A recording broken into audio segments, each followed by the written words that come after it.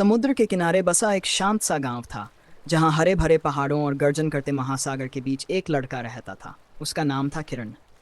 उसके पिता अर्जुन एक अनुभवी मछुआरे थे, जिनकी बहादुरी और समुद्र पर पकड़ की मिसाल दी जाती थी।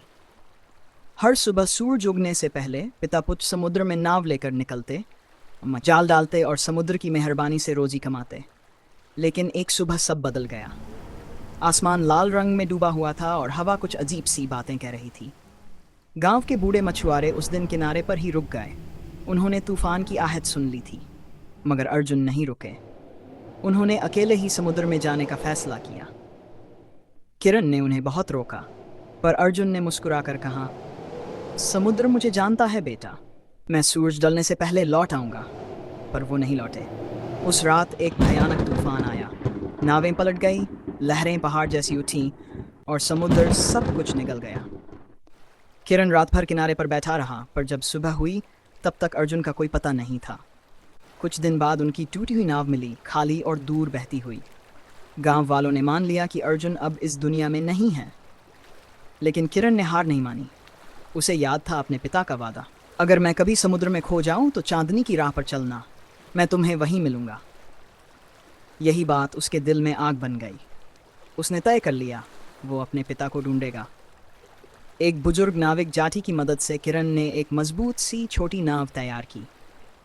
जाठी ने उसे एक पुराना नक्शा दिया, जिसमें अजीब द्वीप, तूफानी रास्ते और रहस्यमयी जलमार्ग दर्ज थे। अगर तुम्हारे पिता जिंदा हैं, तो शायद वो तूफानों की पट्टी के पार कहीं फंसे हुए हैं, जाठी ने कहा। किरण अकेला निकल पड़ा उस रास्ते पर जहां कोई नहीं जाता था।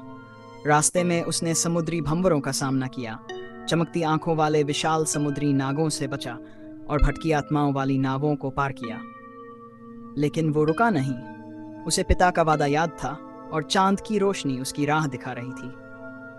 हफ्तों बाद उसे एक रहस्यमयी द्वीप मिला, धुंध से घिरा हुआ, जिसका नाम था प्रतिध्वनि द्वीप। ये वही जगह थी जिसका जिक्र डरावनी कहानियों में होता था, जहां समुद्र में खोए लोग एक और दुनिया में फंस जाते हैं। वहां उसे टूटी नावें और हवाओं में गूंजती आवाजें सुनाई दी। उनमें से एक आवाज उसके पिता की थी, किरण। वो आवाज उसे एक चमकती गुफा तक ले गई। गुफा के अंदर उसे अर्जुन मिले, जिंदा लेकिन कमजोर। उन्हें एक प्राचीन समुद्री आत्मा ने कैद कर रखा था। उस आत्मा ने उन्हें डूबने से बचाया था, लेकिन बदले में उन्हें अपना बंदी बना लिया। किरण ने आत्मा से विनती की कि वो उसके पिता को आजाद कर दे और बदले में वह खुद उसकी जगह लेने को तैयार है। आत्मा किरण के साहस और प्रेम से प्रभावित होकर दोनों को छोड़ देती है, लेकिन कहती है, समुद्र तुम्हें कभी नहीं भूलेगा बालक। पिता और पुत्र फिर से साथ नाव में बैठे चांद की रोशनी में अपने गांव लौटे। गांव वालों ने जब उन्हें देखा तो आंसू बहने लगे। किरण का यकीन और हिम्मत अब एक मिसाल बन चुके थे। किरण फिर कभी समुद्र से नहीं डरा। उसने उस गहराई को जान लिया था, वहां से अपने पिता को वापस लाया था।